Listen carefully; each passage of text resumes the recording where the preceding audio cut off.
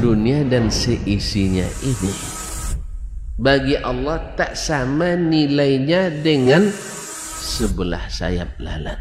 Barang siapa yang beramal untuk akhiratnya, Allah akan cukupkan baginya urusan dunia. Sayati zamanun 'alan nasi as-sabiru fihim qalqabit al-jamarah.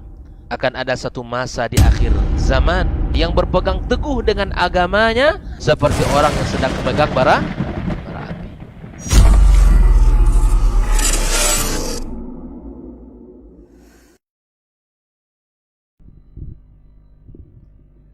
Baik, bismillah. Assalamualaikum warahmatullahi wabarakatuh. Alhamdulillahirabbil alamin wassalatu wassalamu ala asyrafil anbiya'i wal mursalin wa ala alihi wa ashabihi ajmain, amma ba'd.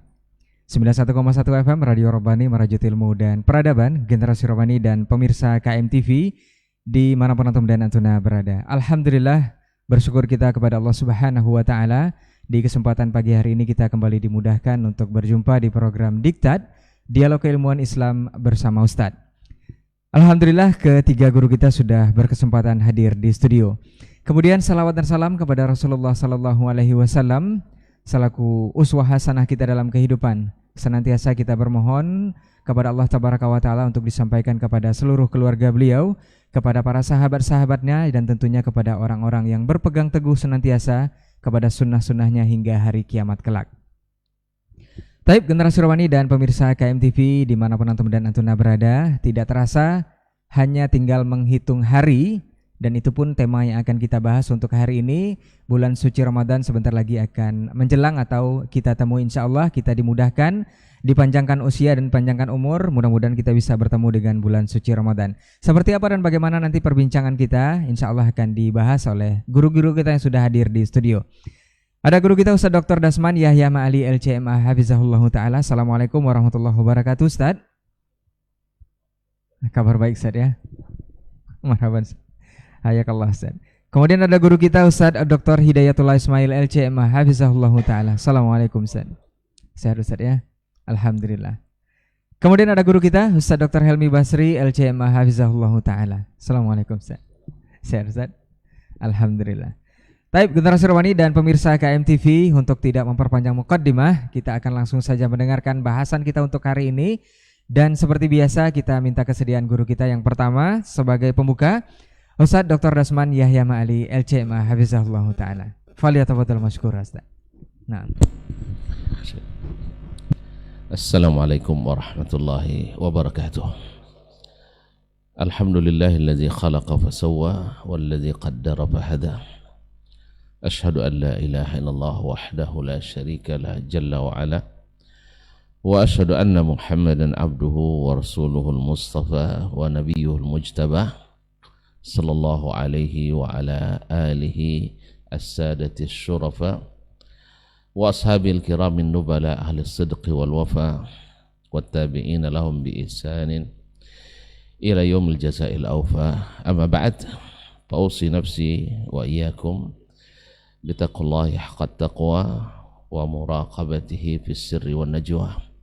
Fa inna ajsadana 'alan nari la taqwa fatamassaku minal islami bil urwatil wuthqa wa tazawwadu fa inna khairaz zadi taqwa. Tsumma ma ba'd. Alhamdulillah, hari ini masih kita bisa bersama saling menyapa melalui 91,1 FM atau melalui media-media lain, KMTV dan yang lain-lain. Para masyayikh, alhamdulillah ada Dr. Hidayatullah Ismail dan guru kita Dr. Helmi Basri dan sahabat setia kami Syekh Reynaldi Amran dan segenap kawan yang bertugas di KMTV di Studio Rabbani. Mudah-mudahan kebersamaan kita pagi ini diberikan Allah SWT curahan rahmat dan karunia, dan semoga Allah menjaga kita semua daripada hal-hal yang tidak diridainya. Amin ya rabbal alamin. Salam dan salam kepada baginda Nabi alaihi salatu wassalam yang Allah utus menjadi uswah dan qudwah hasanah kita, menjadi imam bagi orang-orang yang bertakwa, dan menjadi ikutan bagi orang-orang yang ingin selamat. Mudah-mudahan langkah kita tak pernah ragu untuk menapaki jalannya. Hati kita tak pernah bimbang untuk meyakini yang diyakininya. Dan anggota tubuh kita juga tak segan dan malas untuk beribadah seperti yang dicontohkannya. Dan dijauhkan kita daripada fitnah syahwat dan fitnah syubhat. Dan mudah-mudahan di akhirat kita diberikan izin mendapatkan syafaat. Amin ya rabbal alamin. Ma'asyil kiram, seperti judul menghitung hari. Kalau dulu orang-orang hebat, orang-orang kuat, orang-orang yang dididik oleh manusia terbaik, para sahabat Nabi alaihi salatu wassalam, di generasi yang mengikuti mereka bukan menghitung hari tapi menghitung bulan. Seperti kata Mu'alla ibn Fadl, kanu yad'una Allah sittata ashhur ayyuballighahum Ramadan. Mereka 6 bulan berdoa semoga disampaikan Allah kepada bulan Ramadan. Ma'asyiral kiram, kenapa mereka begitu rindu kepada Ramadan? Kenapa mereka begitu antusias untuk bertemu dengan bulan Ramadan? Pasti kedatangan tamu yang diharapkan, yang membawa berbagai kelebihan dan harapan, tentu orang akan berdoa dan berharap dan bersiap untuk bertemu dengannya. Oleh itu, semakin banyak pengetahuan seseorang tentang kelebihan tamu yang akan menjelang, maka dia akan selalu berusaha untuk menjadi penyambut yang terbaik. Makanya semakin besar tamunya, semakin lama persiapan penyambutannya. Nah, Ramadan sekarang semakin besar di hati kita, semakin lama kita bersiap untuk menyambutnya. Mungkin sebagian sejak bulan Rajab sudah mulai menanam, mulai menyiang dan menanam. Dan di bulan ini, bulan Sya'ban, rajin untuk menjenguk dan menyiram. Sehingga setiap hari perkembangan menjadi perhatian. Mudah-mudahan menjelang Ramadan buah-buahnya ranum, buah-buahnya matang, tinggal kita dia panen raya di bulan Sya'ban. Ma'asyil kiram. Oleh itu, semakin banyak ilmu kita, semakin banyak pengetahuan kita akan kelebihan bulan Ramadan, maka semakin rindu dan semakin lama waktu kita bersiap untuknya. Dan hari-hari yang tersisa adalah hari-hari yang menegangkan, hari-hari yang menyenangkan, karena semakin dekat yang diharap semakin dekat pula sampainya. Dan apa yang dibawa oleh Ramadan? Mungkin ini pembahasan kita pada hari ini bersama dengan guru-guru besar Dr. Ayatullah, Dr. Helmi Basri, dan mungkin juga akan ada pengembangannya di sesi tanya jawab nanti. Sekedar pembuka bahwasanya Ramadan adalah sayyidus syuhur, adalah penghulunya para bulan. Di dalamnya terdapat keutamaan-keutamaan yang salah satunya adalah rukun-rukun Islam. Adalah puasa yang menjadi rukun Islam yang ketiga atau yang keempat. Kemudian di dalamnya terkumpul amal-amal yang sangat dicintai Allah SWT. Puasa, kemudian qiyam Ramadan. Nabi katakan, man shama Ramadana imanan wa ihtisaban ghufira lahu ma taqaddama min dhanbi. Siapa yang berpuasa karena keimanan dan keinginan mendapatkan pahala, ihtisab lillahi ta'ala semata, maka Allah ampuni dosa-dosa yang telah lalu. Kemudian wa man qama Ramadana imanan wa ihtisaban, siapa yang melakukan qiyam Ramadan di malam harinya, ghufira lahu ma taqaddama min dhanbi, diampuni dosa-dosa yang telah lalu. Nah, kemudian dikhususkan lagi, man qama lailatal qadri imanan wa ihtisaban ghufira lahu ma taqaddama min dhanbi, siapa yang qiyam Ramadan di qiyam lailatul qadr, karena iman dan kesadaran mendapatkan pahala dari Allah SWT, maka diampuni dosa-dosa yang telah lalu. Siapa yang tidak ingin dosanya diampuni? Karena bila dosa diampuni, bersih daripadanya, otomatis masuk surga. Oleh itu kaum muslimin dan muslimat, Ramadan adalah hari yang diharapkan bagi orang-orang yang taat, karena pintu-pintu surga dibuka.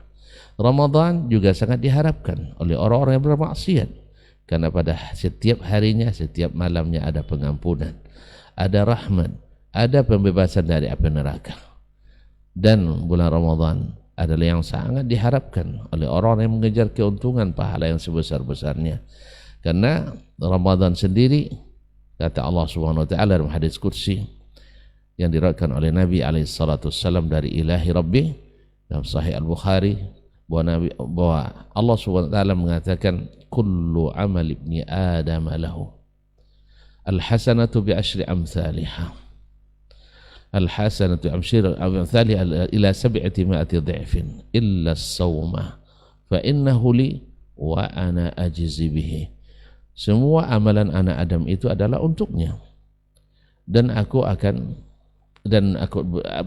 satu kebaikan dilipat gandakan sampai 10 kali, sampai 700 kali lipat, kecuali puasa. Fa innahu li wa ana ajzi bihi. Itu khusus untukku. Allah menjadikannya sebagai khusus untuknya karena ada keistimewaan. Wa ana ajzi bihi, dan saya akan menyiapkan balasannya. Yang kaya, yang pemurah, bila memberi balasan pasti lebih daripada yang kita bayangkan. Yang maha kaya, yang maha pemurah, bila memberi pasti lebih daripada yang kita bayangkan. Mudah-mudahan Ramadan juga diharapkan oleh orang-orang yang ingin semakin mendekat diri kepada Allah Subhanahu wa taala, yang ingin masuk surga. Abu Umamah Al-Bahili radhiyallahu taala anhu pernah meminta kepada Nabi 3 kali ketika diutus untuk melakukan jihad fisabilillah. Ya Rasulullah, ud'u Allah ayyarzuqana syahadah. Ya Rasulullah, tolong doakan kepada Allah kami dapat rezeki mati syahid. Subhanallah, orang dulu minta rezeki mati syahid. Kalau kita dengar jihad aja, takut dibilang teroris atau radikalis. Nauzubillah. Ma'asyal kiram dirahmati Allah, minta mati syahid. Tapi Nabi mengangkat tangannya dan berdoa, Allahumma sallimhum, Allahumma ghanimhum. Ya Allah, selamatkan mereka. Artinya menang. Ya Allah, berikan mereka ghanimah. Berarti pulang. Sampai 3 kali dia berdoa, minta didoakan, Nabi tetap mengatakan Allahumma sallimhum, Allahumma ghanimhum. Ya Allah, berikan mereka keselamatan, beri mereka ghanimah, beri kemenangan. Berarti tidak mati syahid. Tapi ketiga kali tidak juga Nabi doakan mati syahid. Lalu dia bertanya kepada Nabi SAW, Ya Rasulullah, dullani amila amalin iza amiltuhu dakhaltul jannah. Ya Rasulullah, tolong ajarkan kepadaku suatu amalan yang bila aku amalkan, aku akan masuk surga. Subhanallah. Apa kata Nabi SAW? Alaika bis-sawmi, alaika bis-sawm fa innahu la mithla lah. Dan lain katakan la idla lah. Hendaklah kamu berpuasa karena puasa itu tiada tandingannya, tidak ada yang setaraf dengannya.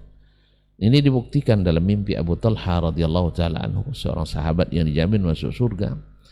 Talha bin Ubaidillah radhiyallahu taala anhu bermimpi ketika ada 2 orang yang datang sama-sama ke Rasulullah SAW. 2 saudara datang kepada Rasulullah SAW masuk Islam waktu yang bersamaan. Yang satu, ini belum mimpi ya, ini belum kenyataannya. Dia datang masuk Islam kedua-duanya. Yang satu lebih bersemangat dari yang satunya lagi, tapi kurang semangat. Mereka itu paling semangat zaman kita barangkali. Ya, sebab di zaman mereka yang tidak bayangkan yang kurang semangatnya kayak kita enggak. Jadi kurang bersemangat dibanding yang lain dari saudaranya.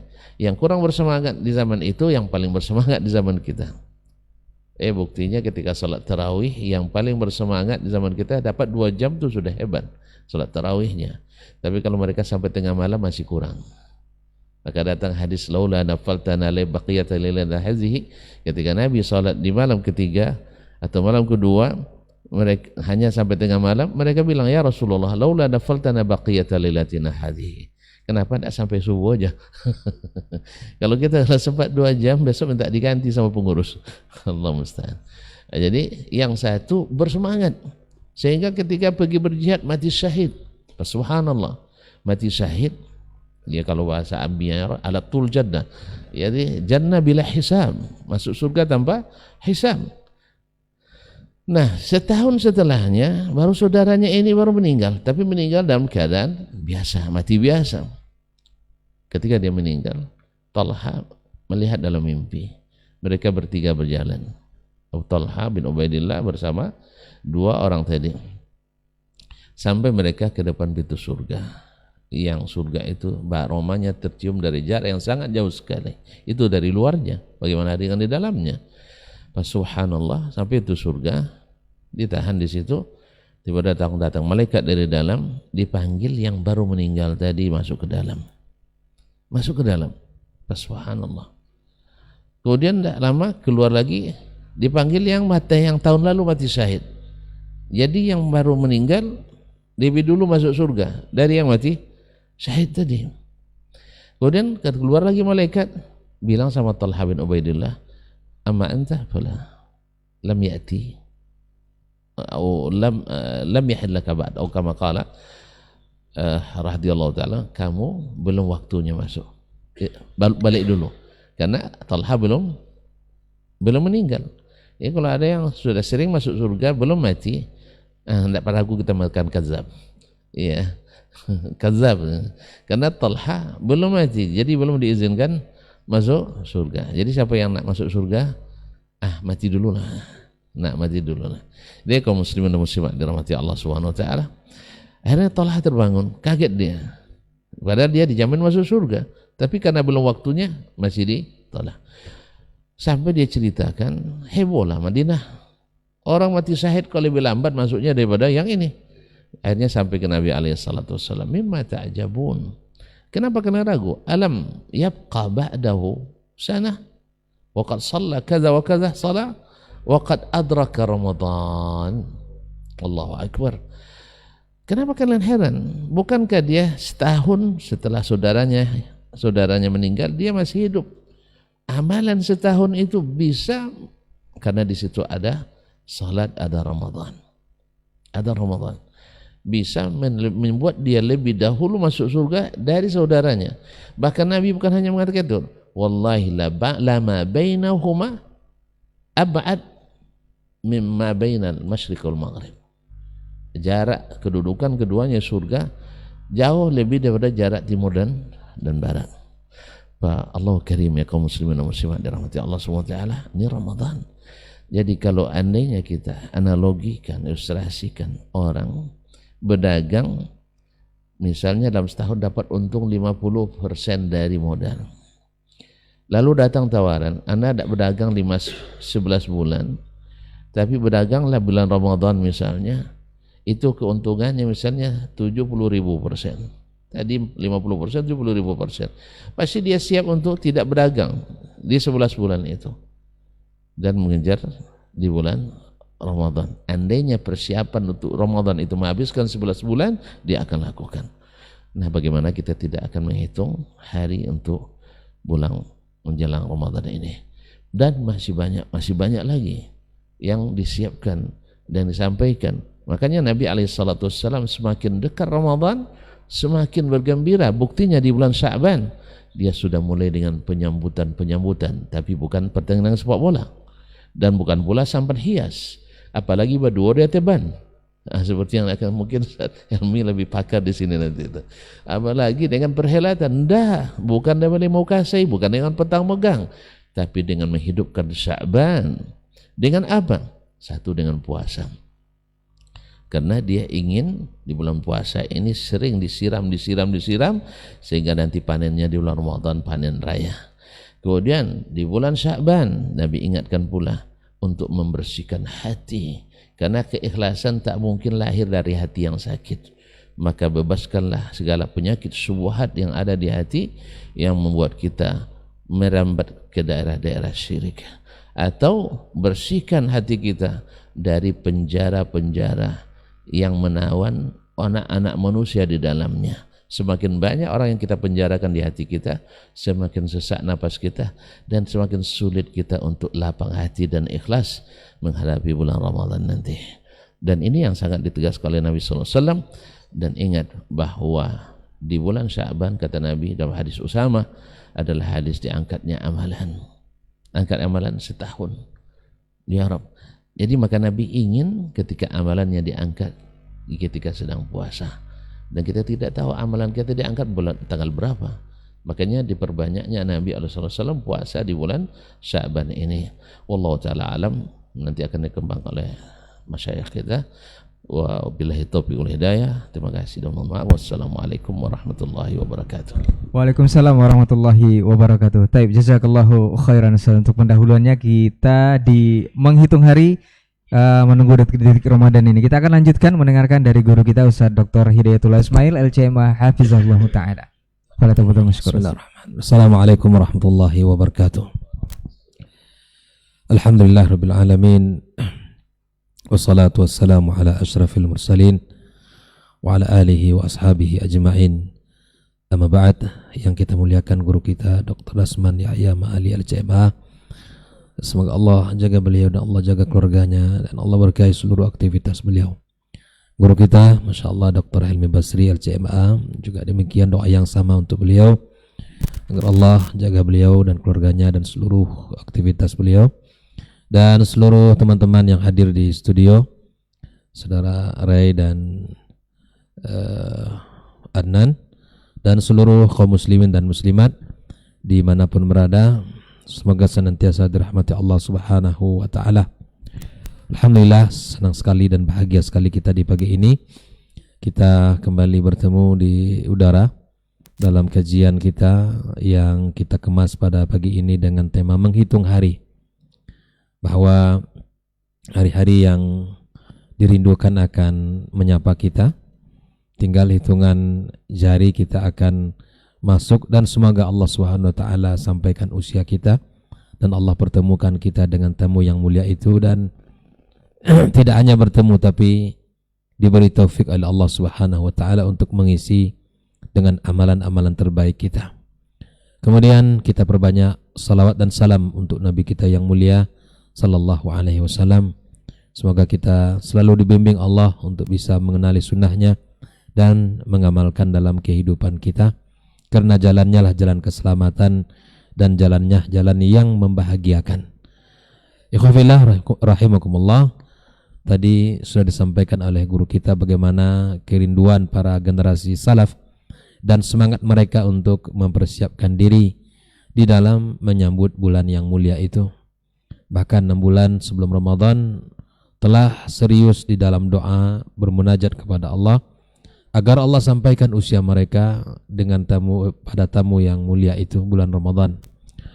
Pada sisi kali ini kami ingin mencoba untuk mengajak diri kami dan seluruh kita semua kaum muslim dan muslimat untuk mempersiapkan amal-amal terbaik kita di bulan suci Ramadan nantinya.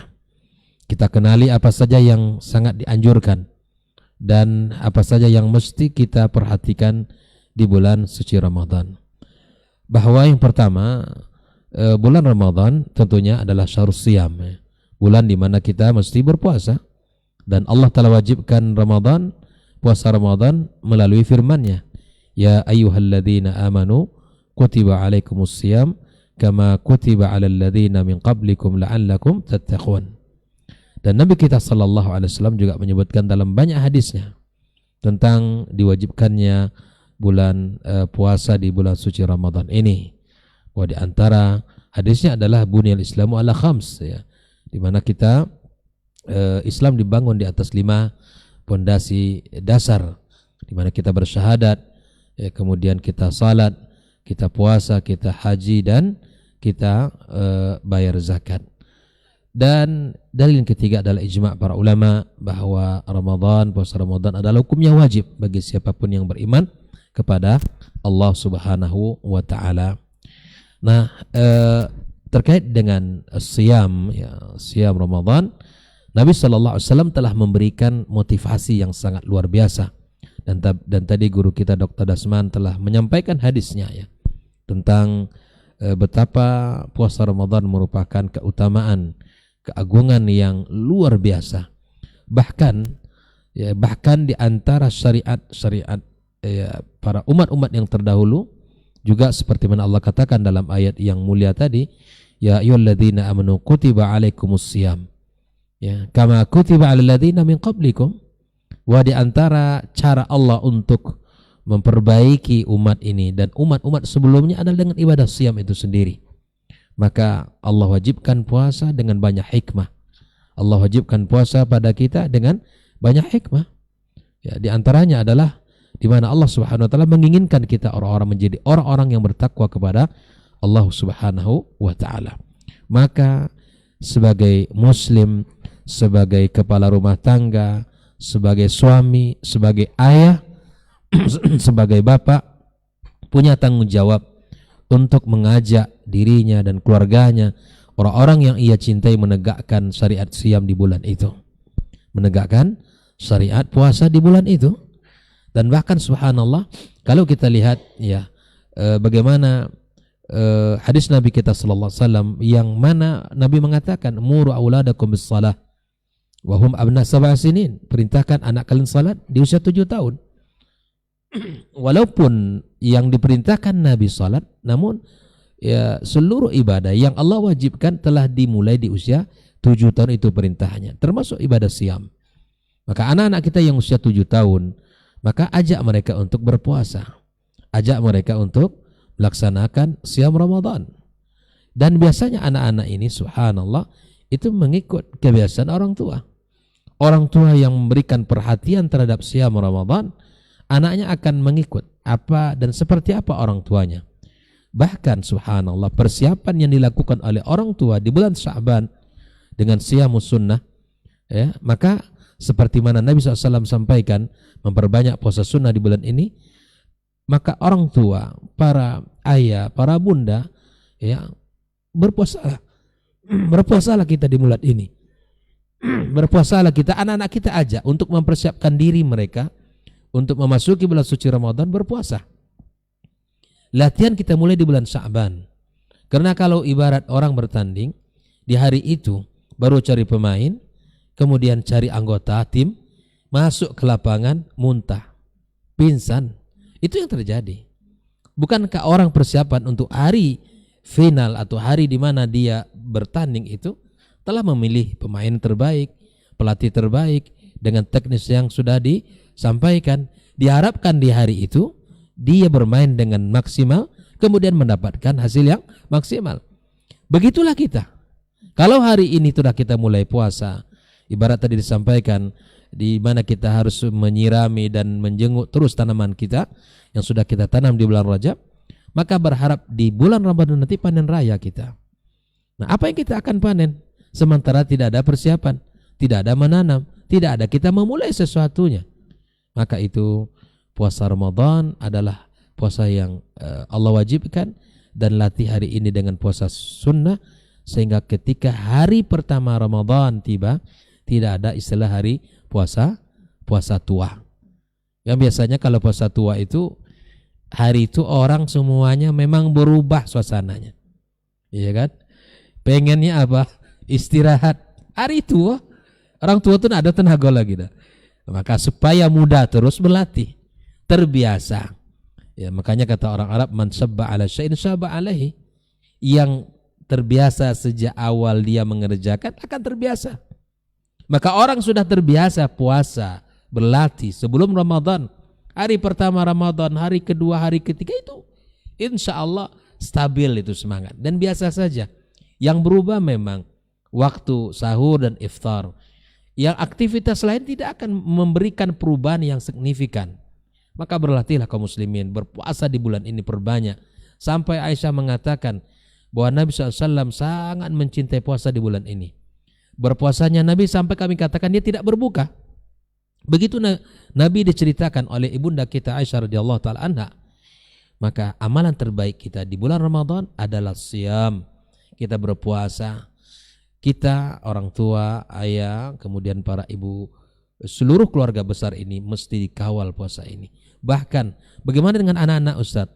Anak-anak, subhanallah, cerita seorang wanita yang menceritakan bagaimana zaman dahulu kala, di zaman as-salafus salih, anak-anak yang subhanallah yang belum diwajibkan puasa, tapi mereka generasi awal mengajak mereka berpuasa, ya, mengajak mereka berpuasa. Bagaimana caranya?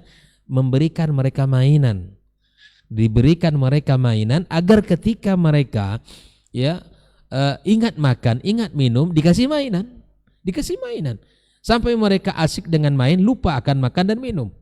Nah setelah itu dibiarkan, sampailah dari pagi selamat puasa sampai sore. Begitulah dulu perhatian generasi salaf, generasi awal dari umat ini, yang mana mereka mengajak anak-anak mereka untuk berpuasa. Maka inilah aman terbaik kita, puasa, ya, seperti mana landasan Nabi kita mengatakan, man shama ramadhana imanan wa ihtisaban ghufira lahu ma taqaddama min dzambi. Ini yang pertama. Adapun yang kedua, ikhtal kiram rahimakumullah, adalah tilawatul Quran. Ramadan adalah bulan Allah pilihkan Al-Quran untuk diturunkan. Syahru Ramadan alladzi unzila fil Quran. Di bulan Ramadan Allah pilihkan Al-Quran diturunkan.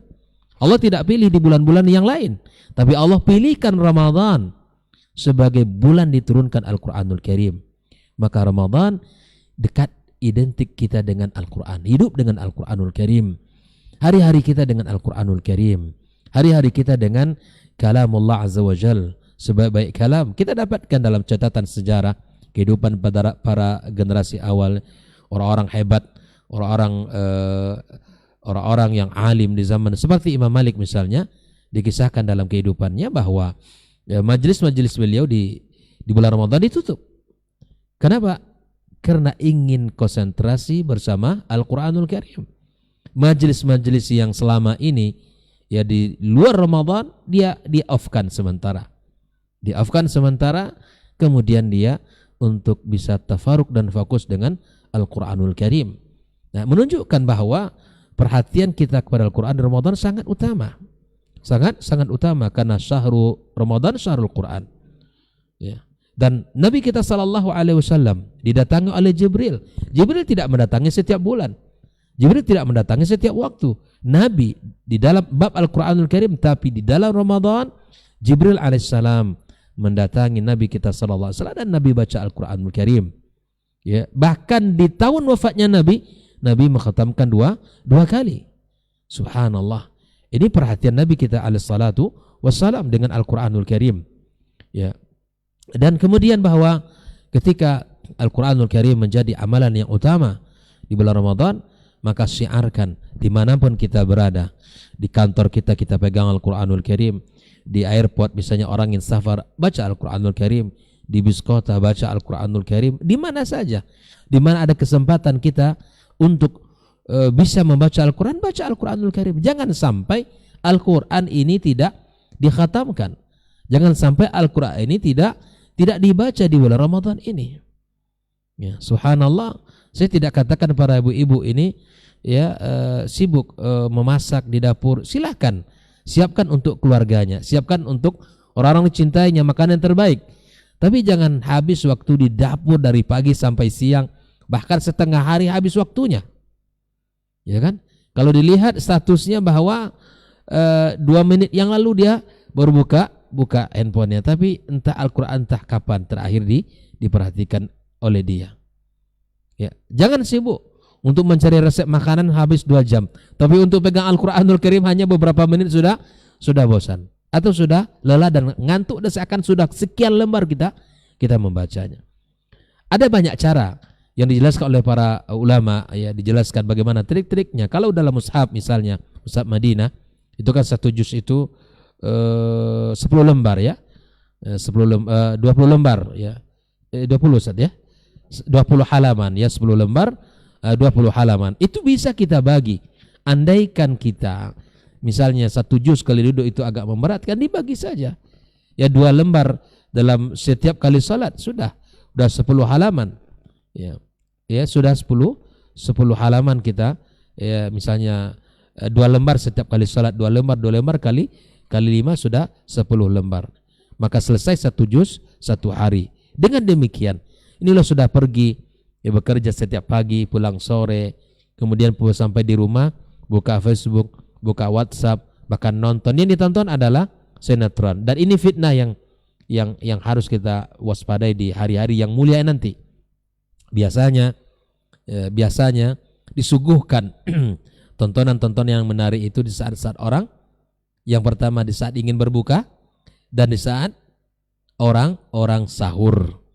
Biasanya disuguhkan tontonan-tontonan. Apalagi nanti di bulan Ramadan ini, Ustadz, ini kabarnya kualifikasi Piala Dunia. Ini bahaya lagi nih. Ya. Ini Indonesia akan main. Ya, kita tahu bagaimana masyarakat ini di bulan Ramadan, mainnya di bulan Ramadan. Ya, dan itu terjadi nanti di 10 terakhir Ramadan itu.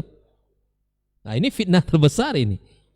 Jangan sampai nanti, ya, jangan sampai tarawihnya hilang, Quran nggak dibaca, ya. Maka jangan sampai kena dengan halan seperti ini.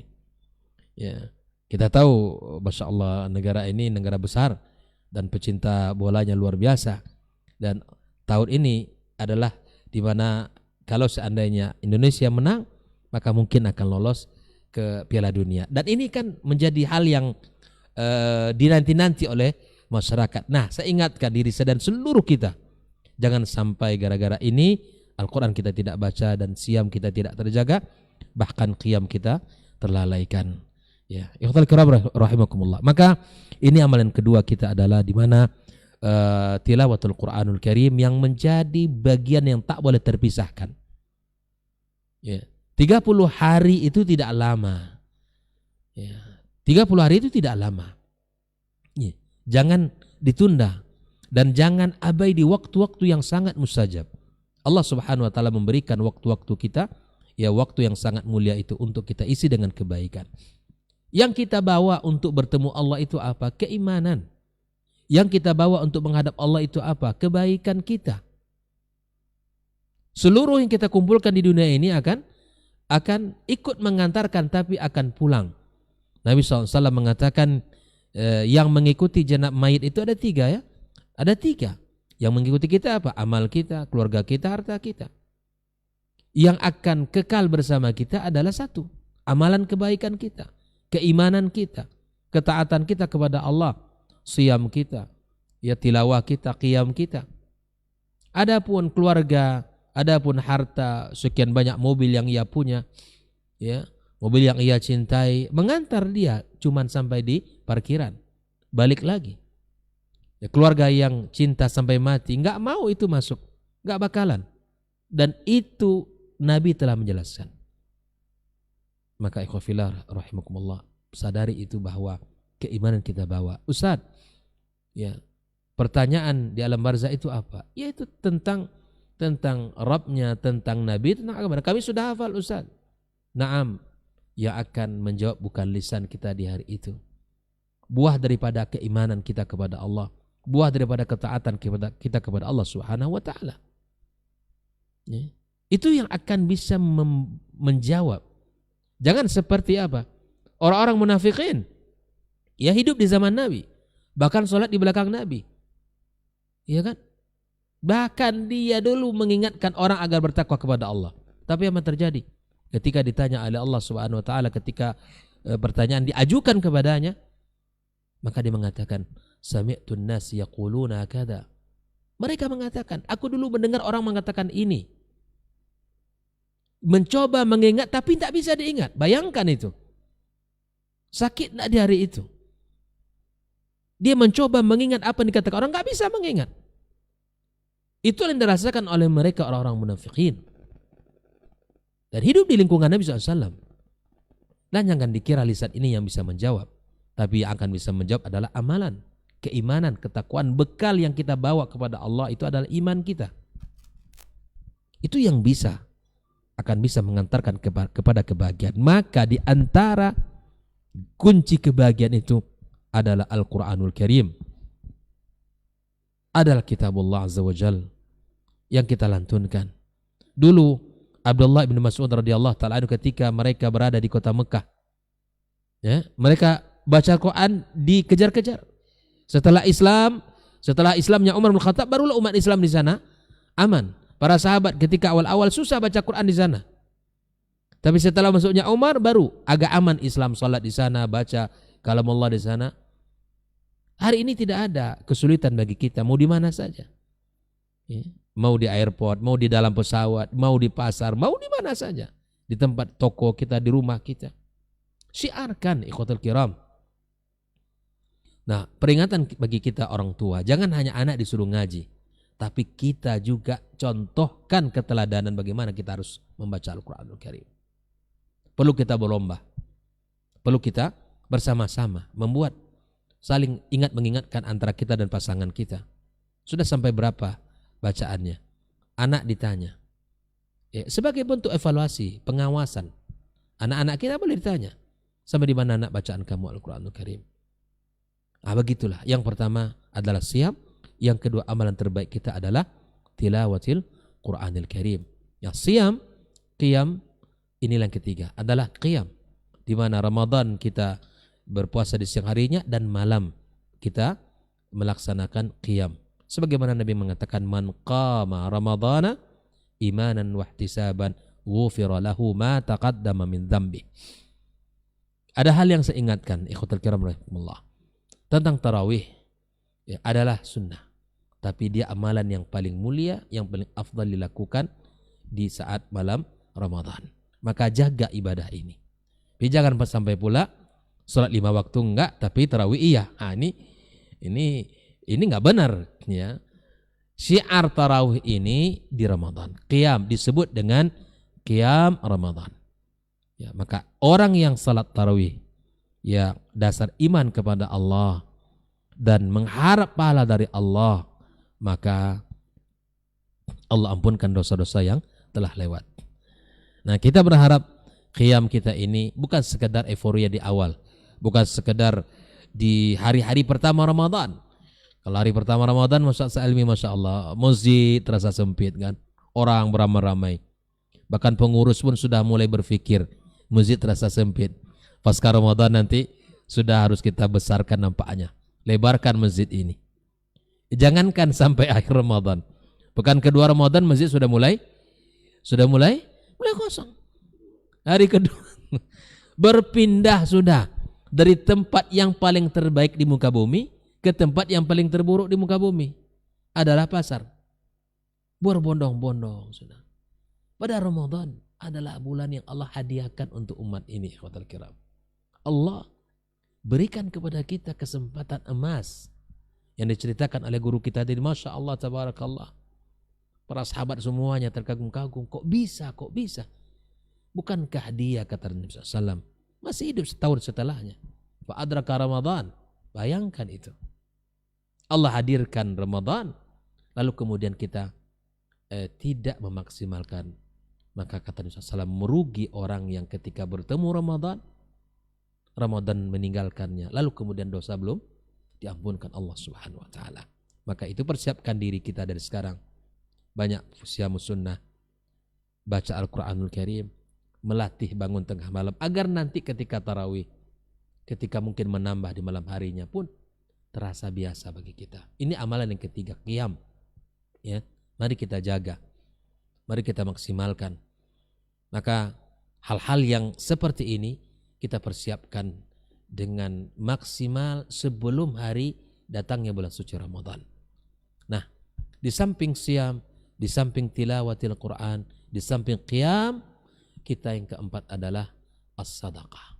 Ini adalah bulan di mana kita ya berbagi kebaikan, berbagi rezeki kepada saudara kita. Bukan hanya berbagi tanpa balasan, enggak. Bahkan Nabi telah memberikan kabar gembira kepada kita, kepada siapa saja dari kaum muslimin dan muslimat yang memberikan makan orang-orang yang berbuka puasa, Allah berikan pahala kepadanya tanpa dikurangi pahala orang itu. Bayangkan, andaikan ibu-ibu hari ini memberikan makanan kepada 4 orang, 5 orang, atau mungkin kurang dari itu atau lebih, maka bapak ibu semua mendapatkan pahala orang yang bapak ibu berikan makanan. Nah, di antara hal yang mudah adalah kita bersedekah air misalnya. Seperti mana Nabi katakan, wa afdhalus sadaqah suqyal ma. Kita belilah 1 kardus, 2 kardus ya. Kita ecer, kita kasih ke beberapa masjid. Ya, orang-orang berbuka di sana yang barangkali untuk orang-orang musafir. Kita berbagi air. 1 kardus ini tidak lebih dari 20.000. Saya yakin semua kita bisa untuk itu. Maka kita persiapkan. Kita antar ke masjid ini, ke masjid itu. Kita bagi kepada siapa saja, kepada santri-santri, kepada orang-orang berpuasa. Kita harus cerdas untuk mencari kebaikan kita lebih sekedar dari apa yang kita lakukan. Dan Nabi telah berikan kabar gembira ini. Maka berbagilah kita. Bulan di mana kita berbagi rezeki yang Allah titipkan kepada saudara kita, kepada orang-orang yang membutuhkan, kepada orang-orang yang melakukan kebaikan-kebaikan bersama kita. Itu yang keempat. Yang kelima, ikhwatal kiram rahimakumullah, adalah di mana kita jika seandainya ada rezeki, di antara hal yang sangat dianjurkan kita lah melaksanakan ibadah umroh di bulan Ramadan ini. Ya, melaksanakan ibadah umroh di bulan Ramadan. Nah, kemudian setelah itu di antara amalan yang sangat dianjurkan adalah kita melaksanakan i'tikaf di 10 terakhir bulan Ramadan, dan ini adalah bagian cara untuk mengintai malam Lailatul Qadar. Dan hal ini dilakukan oleh Nabi SAW dan istri-istri beliau setelah Nabi wafat, dan para sahabat melakukan semuanya, melakukan i'tikaf di 10 terakhir bulan suci Ramadan. Karena sudah 11 bulan kita hiruk pikuk dengan hilir mudik dengan dunia kita, saatnya kita ya mencoba untuk memutuskan hubungan dengan makhluk di muka bumi, dan saatnya kita hanya fokus kepada Sang Khalik yang Maha Tinggi. Itu yang coba, tidakkah cukup waktu 10 hari untuk kita ya berdiam diri di rumah Allah Subhanahu wa taala untuk merasakan betapa indah dan nikmat serta lezatnya kita ya bermunajat di dalam rumah Allah Subhanahu wa taala. Maka Nabi mengajarkan itu kepada kita. Laksanakan i'tikaf, kita berada di rumah Allah Subhanahu wa taala, kita berbagai macam ibadah-ibadah yang bisa kita lakukan, berkumpul di situ, titik kumpul kebaikan di 10 terakhir itu. Ya, siam, kemudian qiyam, kita sedekah dengan juga tilawah, dan kita mengurung diri dalam rumah Allah, ya kita i'tikaf, kita bermunajat, salat, semuanya sampai pada akhirnya Ramadan ya meninggalkan kita, dan kita berharap Allah Subhanahu wa taala mengampunkan dosa-dosa kita. Maka bergembira dengan datangnya Ramadan itu adalah ciri dan semangatnya para generasi salaf. Tapi ketika berpisah dengan Ramadan, mereka tidak gembira melainkan bersedih dengan berpisahnya Ramadan. Dan itu yang harus kita ada dalam hati kita, sehingga ada ungkapan mereka, andaikan mereka tahu apa yang Allah hadiahkan di bulan Ramadan dengan segala pahala dan kebaikan, maka mereka akan berharap sepanjang tahun itu Ramadan. Begitulah kerinduan, ya cinta, semangat yang ada dalam dada mereka dengan bulan suci Ramadan. Nah, semoga Allah Subhanahu wa taala pertemukan kita di bulan Ramadan tahun ini dan Ramadan tahun-tahun berikutnya. Karena betapa banyak orang yang bersama kita di Ramadan tahun kemarin, hari ini tidak lagi bersama kita. Oleh itu maksimalkan kesempatan yang ada, waktu yang Allah berikan, kesempatan yang sangat berharga ini jangan dibuang, jangan diabaikan begitu saja, jangan lewat tanpa ada makna, jangan lewat tanpa ada semangat beribadah kepada Allah Subhanahu wa taala. Jadikan Ramadan ini semangat lebih kuat. Andaikan di bulan Ramadan tidak semangat qiyam, tidak semangat tilawatul Quran, tidak semangat ibadah, lalu di bulan apa lagi kita akan semangat? Suasana Ramadan sangat berbeda, hati kita berbeda, keimanan kita berbeda, dan bahkan pahala yang Allah sediakan pun berbeda. Di bulan yang Allah taburkan kebaikan ini tidak semangat. Di bulan yang memang Allah bukakan pintu-pintu kebaikan, tidak ada selera di situ untuk beribadah kepada Allah, lalu di bulan apa lagi Anda akan semangat? Lalu di bulan mana lagi akan bisa kita ya berfokus? malah sediakan di bulan Ramadan itu kebaikan-kebaikan. Maka sekali lagi ikhwatul kiram rahimakumullah, inilah lebih kurang 5 atau ya 6 poin yang akan kita maksimalkan. Kalau boleh saya ulang, yang pertama adalah maksimalkan siam, bukan hanya sekedar siam orang awam yang hanya menahan makan dan minum, tapi siamkan perutnya, siamkan anggota tubuhnya dari seluruh yang bisa membatalkan, mengurangi pahala, bahkan yang membatalkan. Yang kedua, kita tilawat Al-Quranul Karim, kita perbanyak membaca Al-Quranul Karim karena itu bulan Al-Quranul Karim. Yang ketiga, di mana kita harus qiyam, menghidupkan malam-malam dengan ibadah kepada Allah Subhanahu wa taala. Isi masjid, ramaikan rumah Allah Subhanahu wa taala dengan tarawih. Ikuti sunnah Nabi SAW di masjid. Jangan ribut-ribut dengan hal-hal yang jangan melakukan perkara-perkara yang tidak disunnahkan Nabi kita SAW. Khusyuk, penuh dengan ketenangan di rumah Allah, berzikir. Kemudian kita bersedekah dengan harta yang Allah titipkan kepada kita. Kemudian kita, jika ada rezeki, kita berangkat umrah, atau kemudian di samping itu kita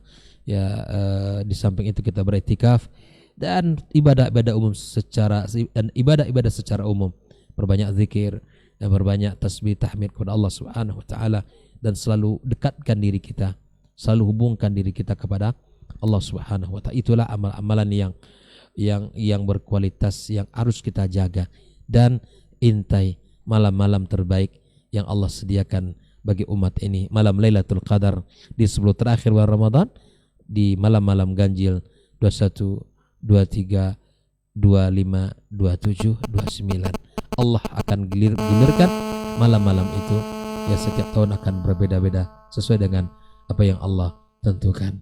Semoga Allah Subhanahu wa taala berikan taufik kepada kita, dan Allah berikan kemudahan bagi kita dan keluarga kita dan seluruh keluarga kaum muslimin dimanapun berada. Semoga Allah Subhanahu wa taala pertemukan kita selalu dalam kebaikan dan keimanan padanya. Wallahu taala alam. Demikian yang bisa saya sampaikan. Wassalamualaikum warahmatullahi wabarakatuh. Waalaikumsalam warahmatullahi wabarakatuh. Jazakallahu khairan untuk tambahan materi kita di kesempatan hari ini dengan menghitung hari mengenai amalan-amalan terbaik yang seharusnya kita jaga di bulan suci Ramadan nantinya, insyaallah. Kita akan lanjutkan mendengarkan dari guru kita Ustaz Dr. Helmi Basri LCMA hafizahullah taala.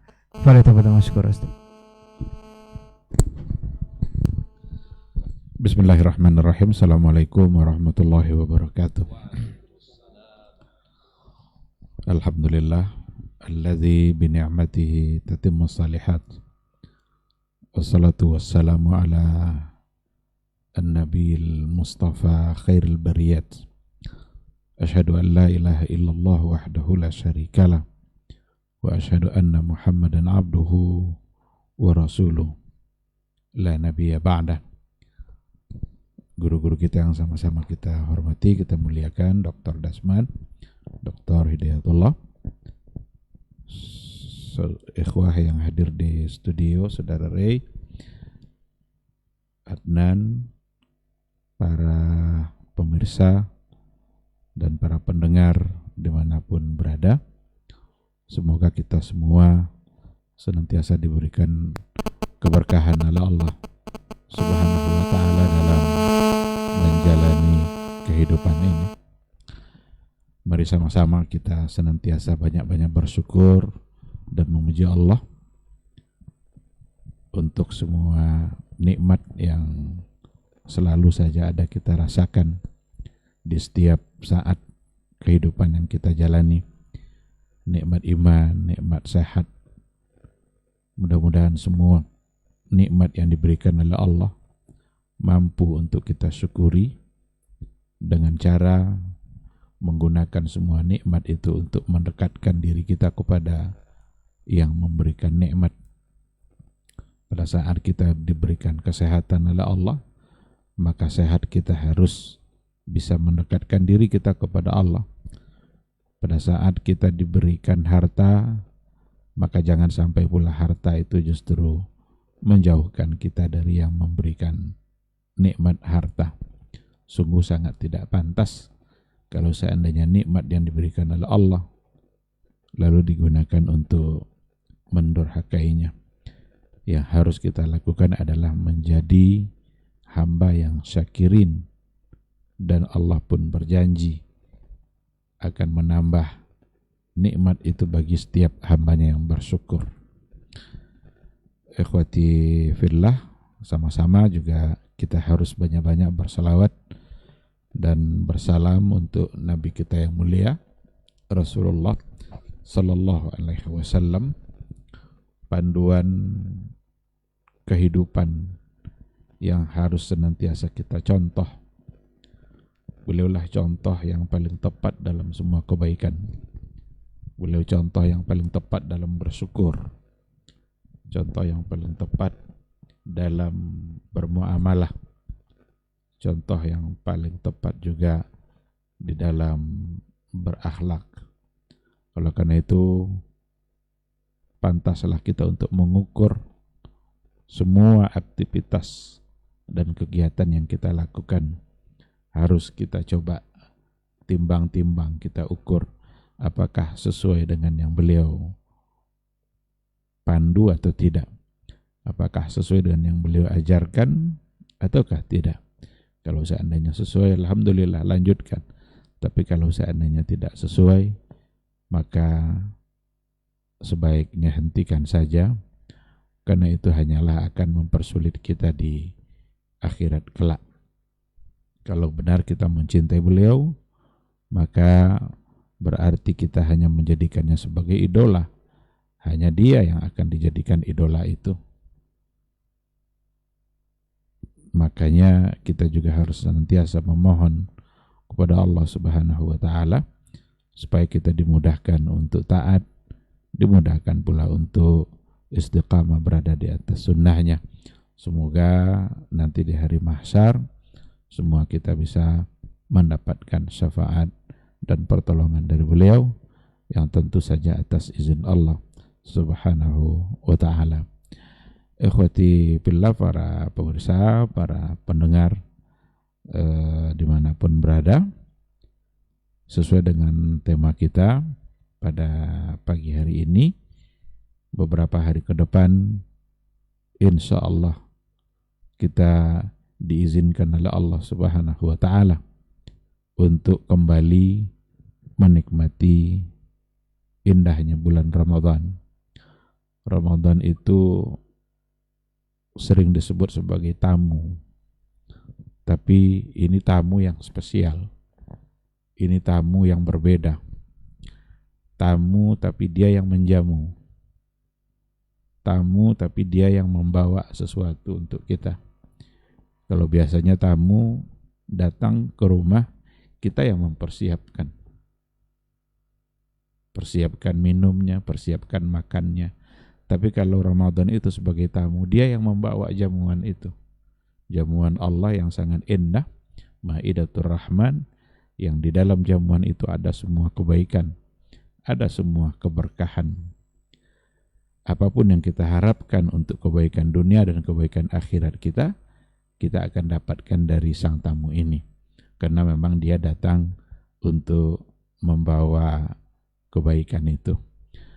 Andaikan kita berharap keampunan dari Allah Subhanahu wa Ta'ala dikarenakan oleh dosa yang begitu banyak, maka Ramadan datang pula untuk membawa keampunan itu.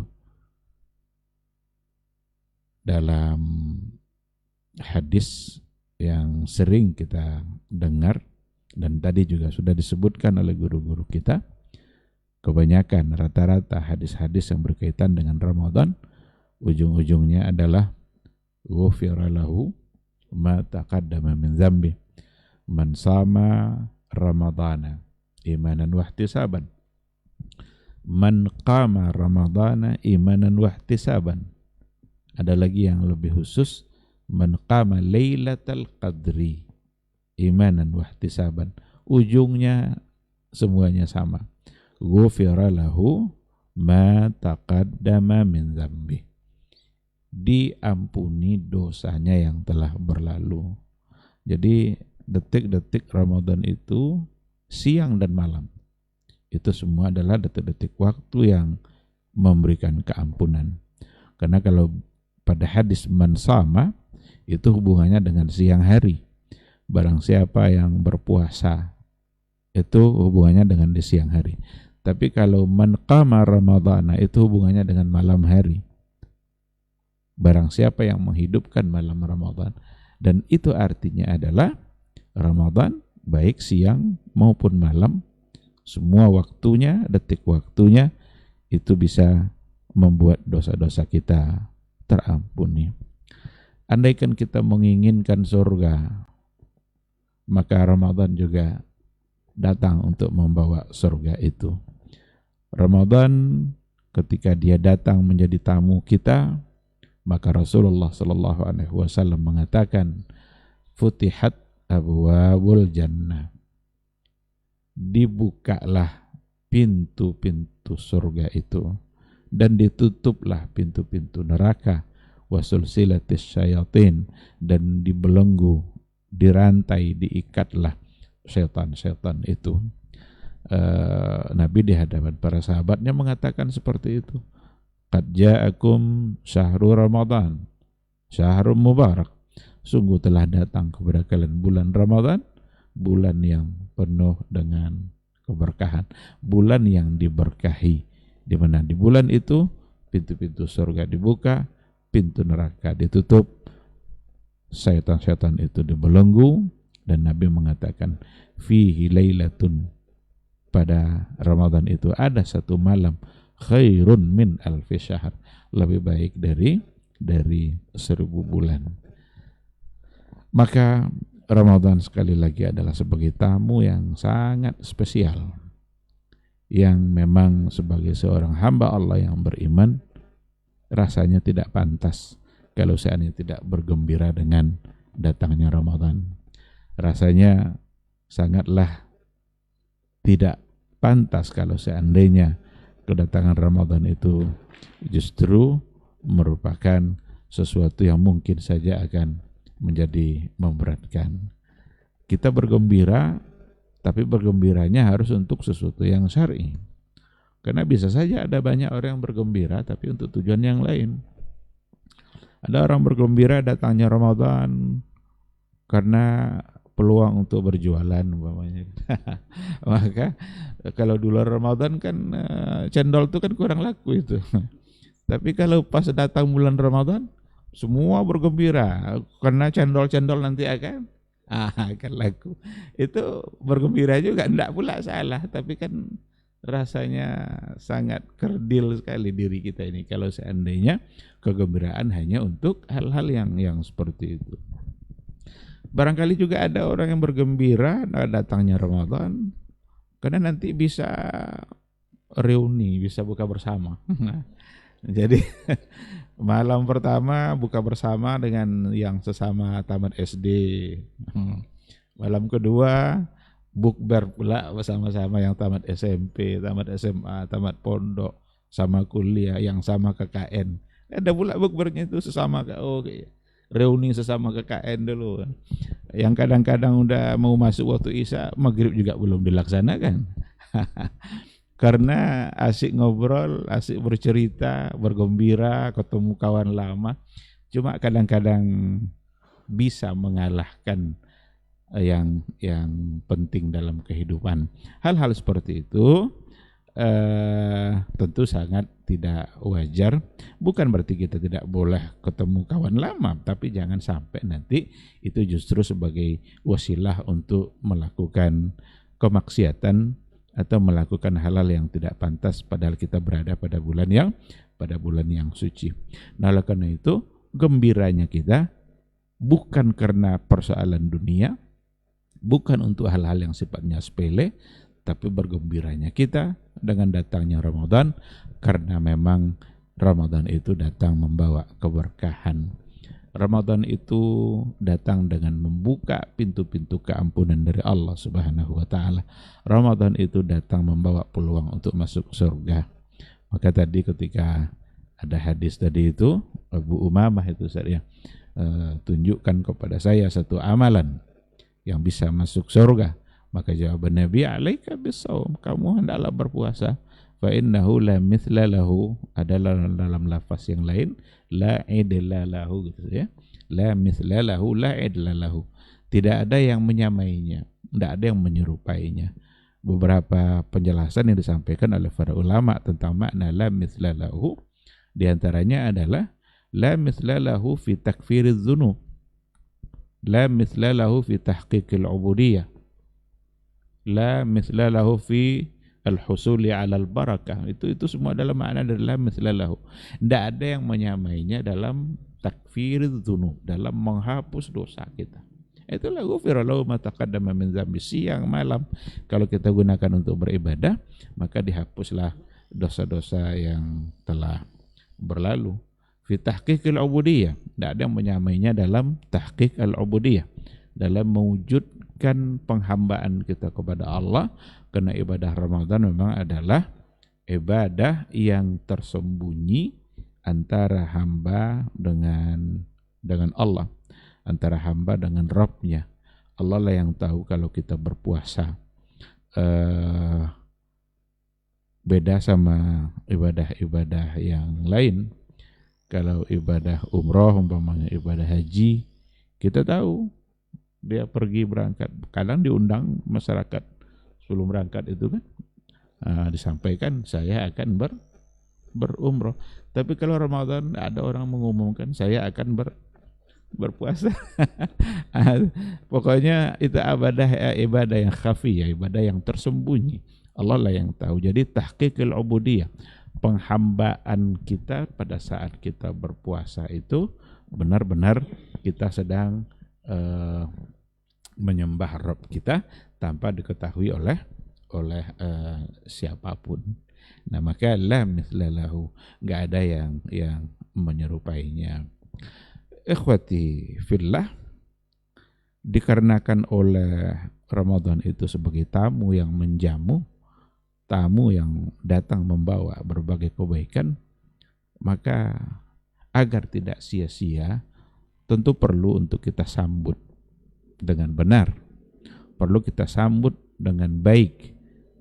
Kalau seandainya nanti kita salah dalam menyambutnya, jangan-jangan kita justru menjadi orang yang merugi. Salah-salah dalam menyambut pejabat aja, yang seharusnya dia bawa bantuan tapi salah dalam menyambut, tidak jadi dikasih bantuan itu. Wali kota mau datang ke masjid apa, dia udah bawa bantuan tuh, tapi salah dalam menyambutnya, kurang dihormati, dihargai dia, jangan tidak jadi dia kasihkan bantuan itu kan, atau dikasihnya yang ini adalah sedikit aja lah, tidak jadi segini tapi sedikit aja, kan kita sendiri yang rugi. Oleh karena itu pada saat kita menyambut Ramadan mesti kita sambut dengan baik sesuai dengan syariat Allah Subhanahu wa ta'ala. Jangan disambut dengan sesuatu yang sifatnya maksiat. Yang pertama sekali dalam menyambut Ramadan adalah bersihkan akidah kita dari semua bentuk kesyirikan.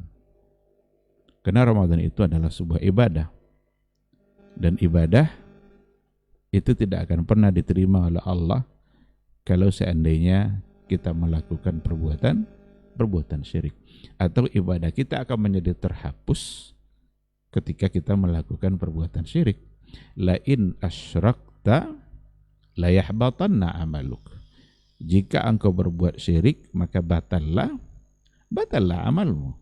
Syirik itu kemurkaan yang paling dibenci oleh Allah Subhanahu wa ta'ala, perbuatan yang paling dimurkai.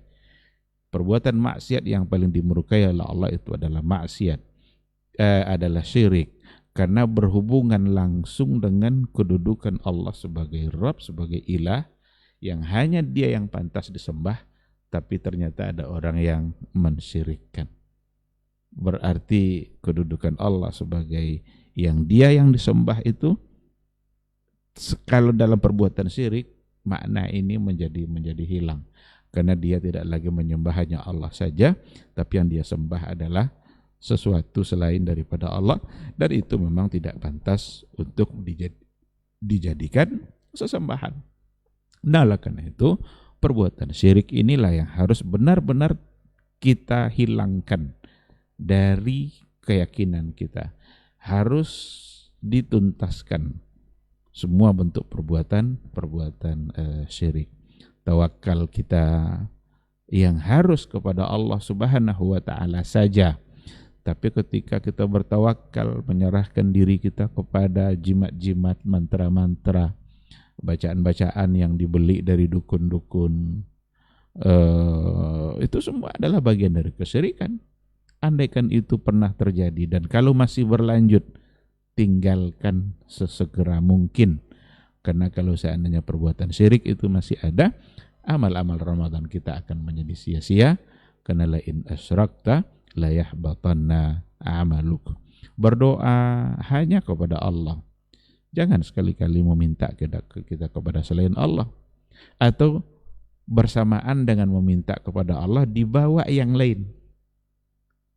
Bersamaan dengan itu. Fala tad'u ma'allahi ahada wa annal masajida lillah fala tad'u ma'allahi ahada. Sesungguhnya masjid itu hanyalah untuk Allah. Masjid itu simbol dari sebuah ibadah. Karena di dalam masjid kita hanya melakukan perbuatan-perbuatan ibadah, sholat, zikir, baca Quran, itu semua hanyalah untuk Allah Subhanahu wa taala. Fala tad'u ma'allahi ahada.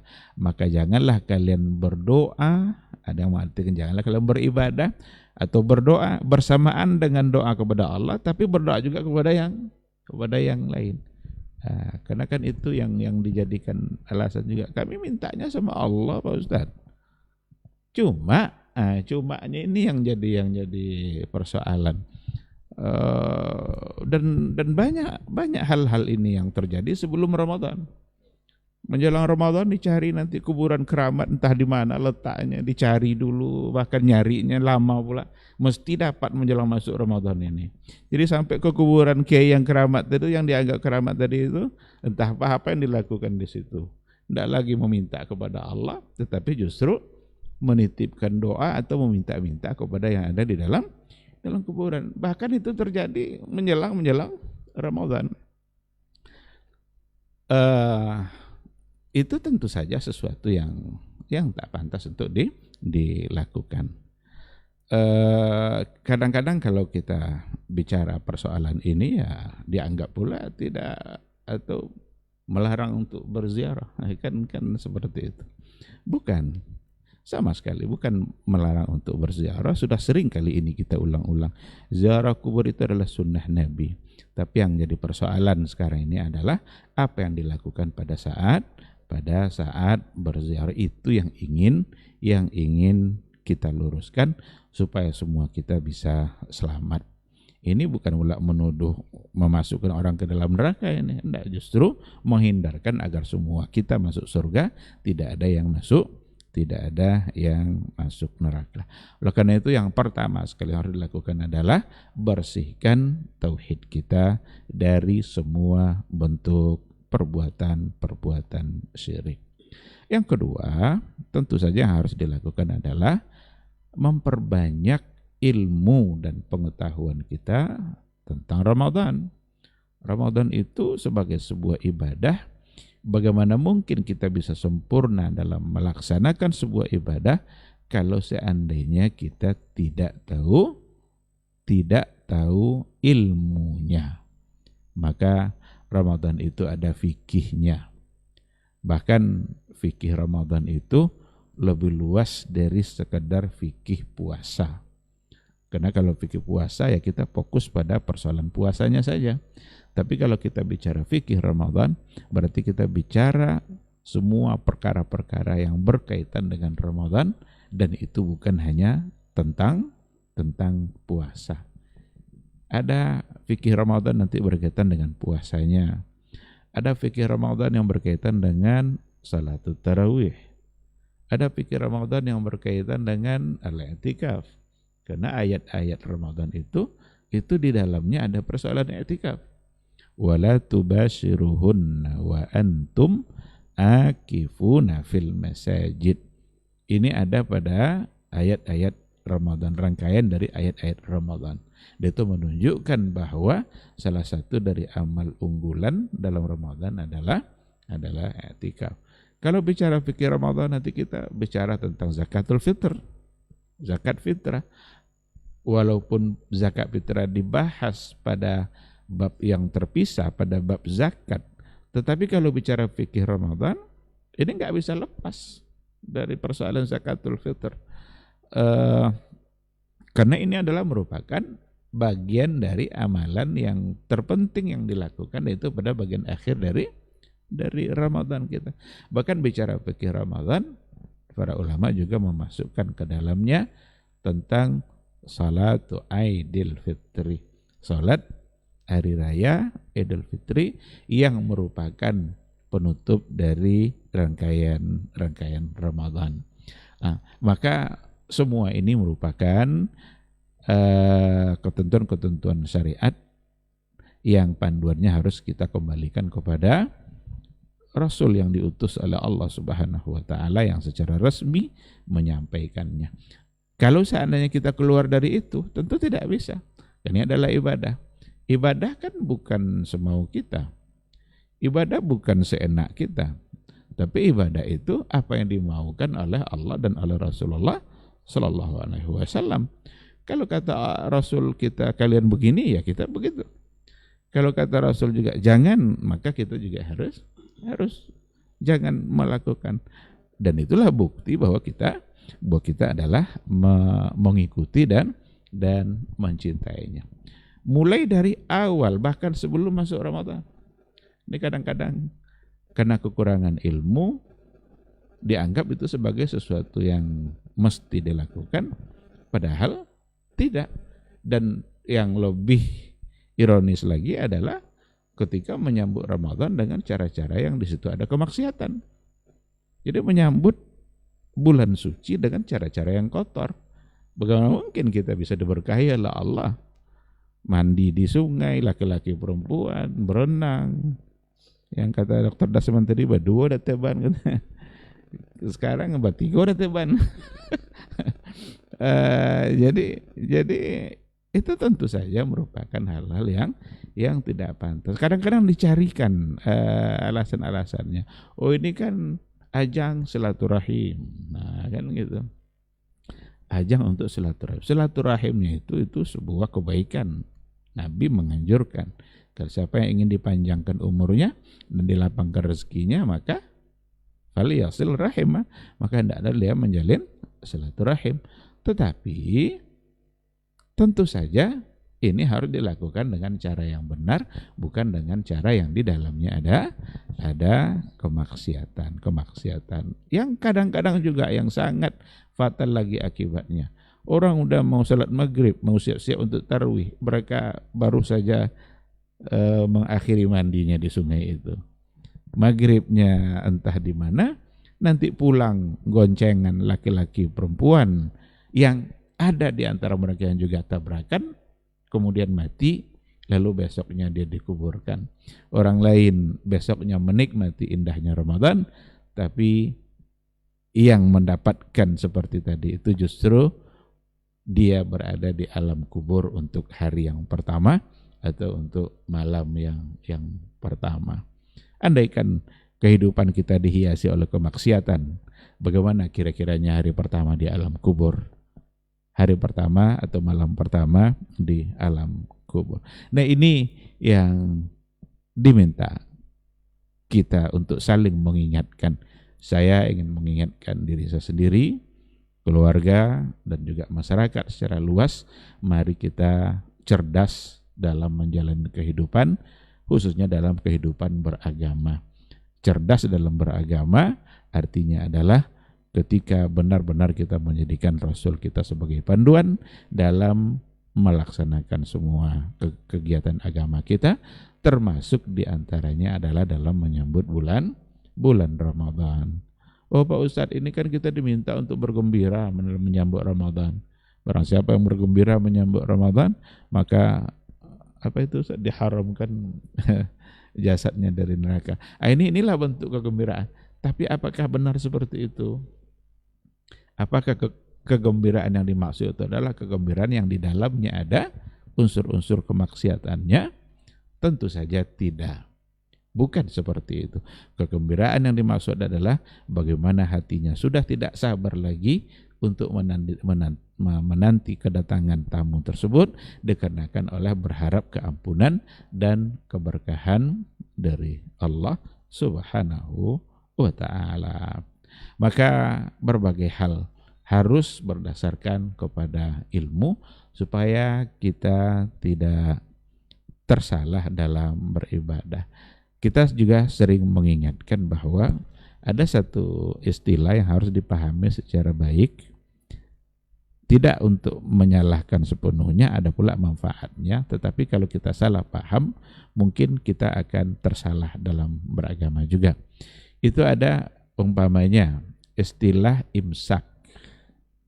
Istilah imsak. Andaikan ada orang yang terbangun oleh suara imsak itu biasanya ditandai dengan bunyi sirine itu. Itu biasanya 10 menit sebelum masuk waktu subuh.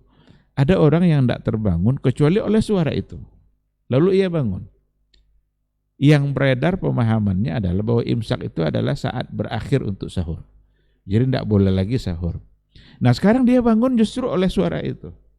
Kalau dia meyakini bahwa itu memang adalah batas terakhir sahur, berarti dia tidak akan bersahur. Padahal imsak itu jangan dipahami seperti itu. Dan salah kalau kita memahami bahwa imsak itu adalah batas untuk bersahur. Karena batas sahur bukan imsak, tetapi adalah masuknya waktu fajar, waktu subuh. Andaikan terbangun oleh suara itu, berarti masih ada kesempatan untuk dia bersahur. Bersahurlah kata Rasul, tasahharu fa inna fis sahuri barakah, untuk mendapatkan keberkahan. Walaupun sebutir korma, walaupun seteguk air, segelas air, yang penting harus bersahur untuk mendapatkan keberkahan. Dan yang terpenting adalah bahwa sahur itu, memulai Ramadan dengan makan sahur itu adalah yang akan membedakan antara puasa umat Islam, umat Nabi Muhammad SAW dengan puasanya Ahlul Kitab. Nah, jadi perbedaan antara puasa umat Nabi Muhammad dengan puasa orang Yahudi, uklatus sahur, ada pada makan di waktu sahur. Nah, oleh karena itu kita harus tahu ilmu ini. Kalau tidak, ya yang terjadi seperti tadi, dikiranya bunyian itu adalah untuk batas sahur. Padahal jadikan saja itu hanya sekedar untuk kehati-hatian bahwa waktu sahur tinggal sebentar, tinggal 10 menit. Kalau mau buat kopi jangan panas-panas karena dinginnya nanti pas azan. Kalau mau nambah lagi dari makan sahur jangan banyak-banyak tambahnya karena khawatir nanti belum selesai menjelang masuk waktu subuh, waktu fajar. Nah, itu sesuatu yang harus dipahami karena yang beredar pada sebagian masyarakat memang adalah itu batas dari sahur, dan yang sebenarnya bukanlah seperti itu.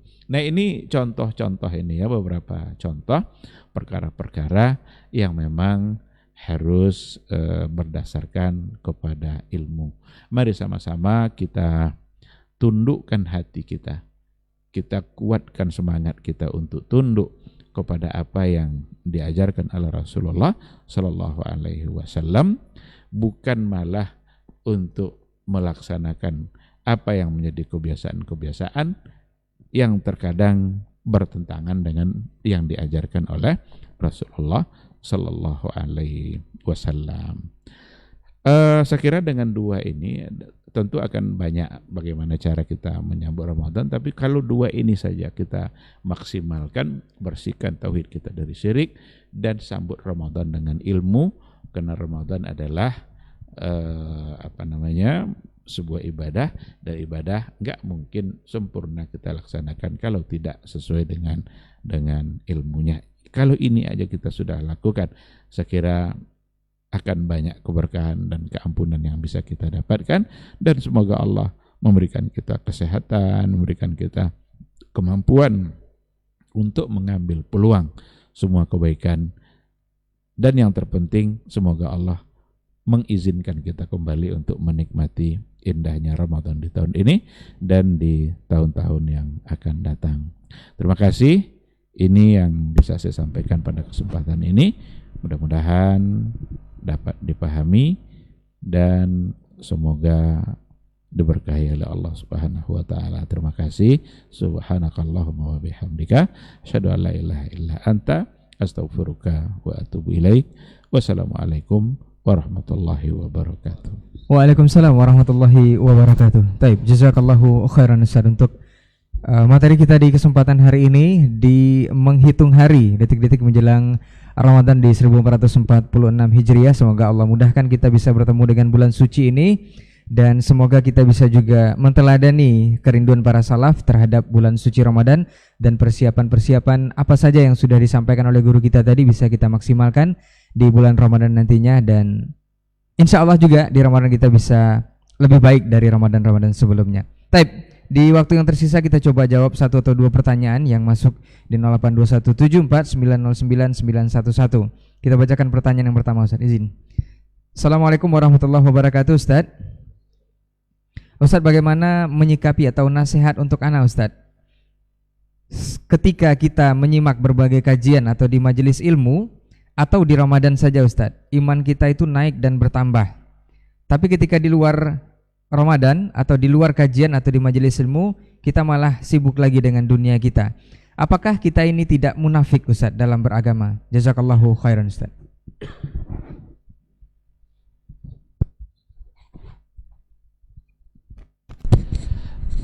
Bismillah wassalatu wassalamu ala rasulillah. Ini nasihat untuk kita juga. Jadi bukan kita saja, orang-orang yang utama, orang-orang yang mulia bersama Nabi alaihissalatu wassalam. Diriwayatkan bahwa Hanzalah datang ke Nabi sallallahu alaihi wasallam mengadukan halnya, ya Rasulullah, halaka Hanzalah. Hanzalah binasa ya Rasulullah. Apa hal? أو قال نافق حنظلة قال إذا كنا معك أو بين يديك فكأنما نرى الجنة والنار أو كما قال.